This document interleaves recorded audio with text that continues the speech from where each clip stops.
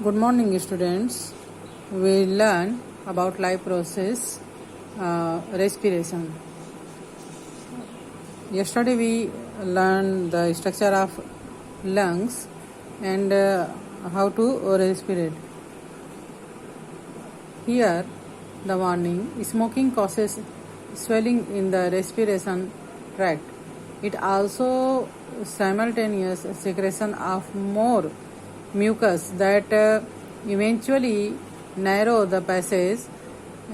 Incidence of infection also increases, thereby leading to fatal disease, the symptoms of which start with coughing, difficulty is breathing, etc. Smoking adversely affect the individuals and its family. जो smoking होता है वो respiratory tract में swelling ला देता है. जो हमारा throat होता है, रेस्पिरेटरी ट्रैक्ट होता है, उसमें स्वेलिंग ला देता है, सूजन ला देता है, जिसके कारण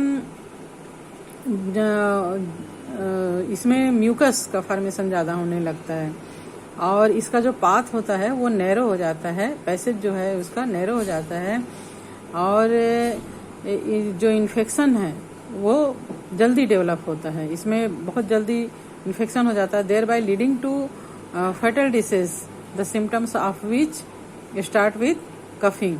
और इसके कारण खांसी शुरू हो जाती है, ब्रीथिंग में डिफिकल्टी होने लगती है, सांस लेने में तकलीफ होने लगती है. ये सब तकलीफें जो है वो स्मोकिंग के कारण होता है. तो smoking adversely affect the individuals on it's family.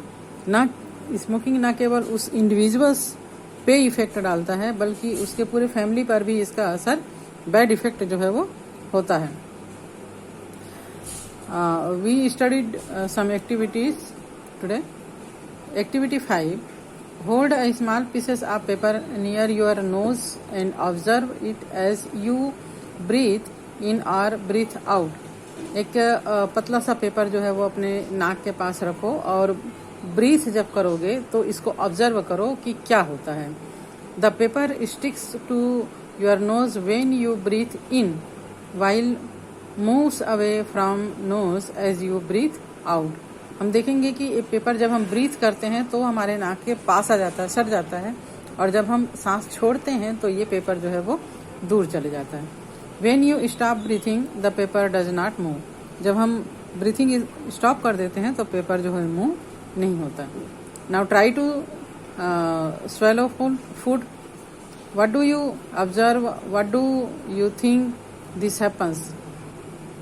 हम जब सांस लेते रहते हैं, ब्रीथिंग करते रहते हैं, तो भोजन को अंदर नहीं कर सकते, या जब हम भोजन अंदर करते हैं उस समय हमारी सांस जो है वो स्टॉप हो जाती है. अगर आप ऐसा कोशिश करोगे कि सांस भी लो और भोजन को भी अंदर करो तो क्या होगा कि हमने पढ़ा था फूड ट्रैक्ट में, और जहाँ पर रेस्पिरेटरी ट्रैक्ट जुड़ता है, फूड ट्रैक्ट और रेस्पिरेटरी ट्रैक्ट, वहाँ पर एक अपर्चर होता है जिसको कि एपिग्लॉटिस कहा जाता है. और ग्लॉटिस के द्वारा ये ग्लॉटिस होता है जो एपिग्लॉटिस के ढका होता है, एक ढक्कन जैसा होता है, कार्टिलेज का बना हुआ. और जब हम सांस लेते रहते हैं तो ये खुला रहता है, लेकिन जब हम भोजन को अंदर करते हैं तो इस पाथ को, जो रेस्पिरेटरी पाथ है, वो उसको ये ढक देता है, जिससे खाना रेस्पिरेटरी पाथ में न जाकर डाइजेस्टिव पाथ में जाए. तो ऐसा अगर हम कोशिश करेंगे कि खाना भी खा लें और सांस भी लें तो वो हमारे फूड जो है वो रेस्पिरेटरी पाथ में चले जाएगा और हमको सांस लेने में दिक्कत होगी, खांसी आएगी. इसीलिए कहा जाता है कि खाना खाते समय बातें ना करें. What do you observe? Why do you think this happens? तो ये हमने ऑब्जर्व किया. Why do you think we sometimes get choked while swallowing foods? तो हम देखेंगे कि अगर हम खाना भी एक साथ खाएं, बात भी करें, और साथ बात करते समय सांस नली जो है वो खुली रहती है ना, रेस्पिरेटरी ट्रैक्ट जो है वो खुला रहता है, वहाँ से जो हवा आता है, वहाँ पर एक वोकल बॉक्स होता है जिससे आवाज़ निकलती है. तो खाना खाते समय बात नहीं करना चाहिए. The valve between digestive and respiratory tract remains open while we breathe. When we swallow food, it shuts close the respiratory tract, while swallowing hardly it may not close properly, and food may pass into our respiratory tract. This instantly simultaneous stimulates muscles construction in it to expel food from it as we start coughing. Air filled in the tract is pushed out along with the food particles. Okay. While breathing, air passes in and out of respiratory tract. The air we breathe out or exhale is slightly warmer, with less oxygen and more carbon dioxide and more water vapor compared to air we breathe in or inhale.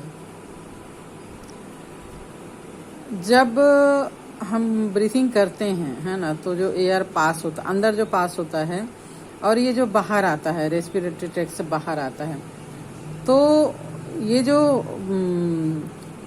जब हम breathing के दौरान air को बाहर करते हैं, exhale करते हैं, तो ये हल्का गर्म होता है, स्लाइटली वार्म होता है बनिस्बत उसके जिसको हमने अंदर लिया है ना. इसमें ऑक्सीजन की मात्रा कम और कार्बन डाइऑक्साइड गैस की मात्रा ज़्यादा होती है. जब हम इन करते हैं, इनहेल करते हैं, तो एयर कूल होता है और बॉडी के अपेक्षा, है ना, और इसमें ऑक्सीजन ज़्यादा होता है, कार्बन डाइऑक्साइड कम होता है, वाटर वेपर कम होता है. लेकिन जब हम एक्सहेल करते हैं, सांस को बाहर करते हैं, तब ये जो है वो वार्म होता है, लाइटली वार्म होता है. इसमें ऑक्सीजन कम होता है, कार्बन डाइऑक्साइड ज़्यादा होता है और वाटर वेपर भी ज़्यादा होता है एटमॉस्फेयर के अपेक्षा.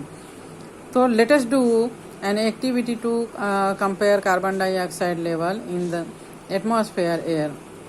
We inhale and air exhaled to observe the difference.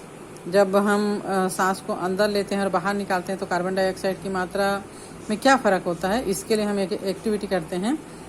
You would need two boiling tubes, यानी test tubes. A test tube stand, lime water freshly prepared to 2 straw, empty refills या nib removed, 2 glass tubes, rubber corks with 2 holes, little wheat dough, plasticine watch. Arrange your apparatus as shown in practical section. Practical में भी हम इसको करेंगे.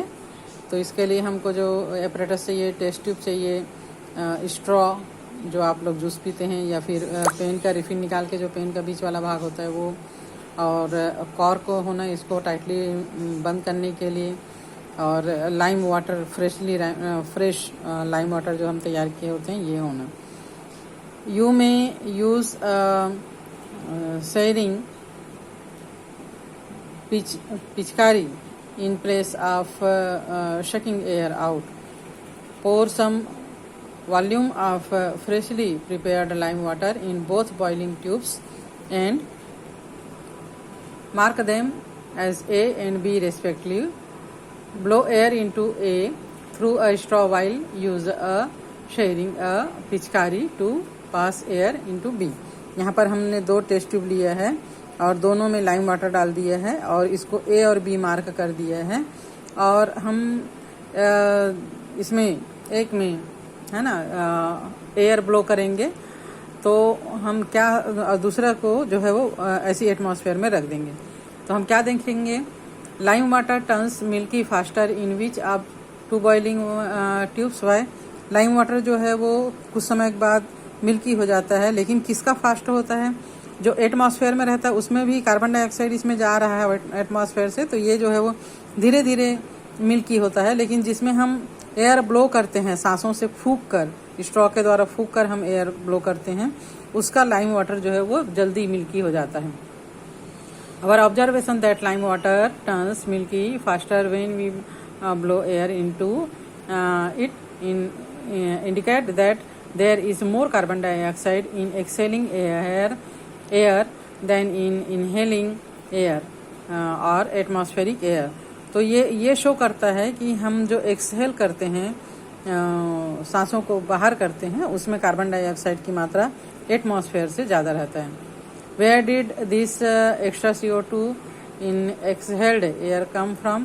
तो ये जो extra carbon dioxide है वो एक्सहेल करते समय जो निकल रहा है वो कहाँ से आया? ये हमारे बॉडी से आया। जब पूरे बॉडी में फूड का जो ऑक्सीडेशन होता है उससे कार्बन डाइऑक्साइड, फूड जो है वो कार्बन डाइऑक्साइड में और वाटर में टूटता है, तो ये कार्बन डाइऑक्साइड बॉडी में ज़्यादा देर रहेगा तो हमारे लिए हार्मफुल होगा। तो इसको हम ब्लड के थ्रू हार्ट में और हार्ट से फिर लंग्स में लाया जाता है, जहाँ से इसको छानकर सांसों के द्वारा, इन एक्सहेल के द्वारा वायुमंडल में रिमूव कर दिया जाता है। Okay, do you know at resting phase nearly a volume of 1 square foot of oxygen is used in our body. Nearly 10 times of this volume is used during exercise. Carbon dioxide formed and expelled is slightly less than oxygen used by the body. If the amount of carbon dioxide increases and that of oxygen decreases in blood, we start panting. When then of oxygen increases and carbon dioxide decreases, we start breathing normally.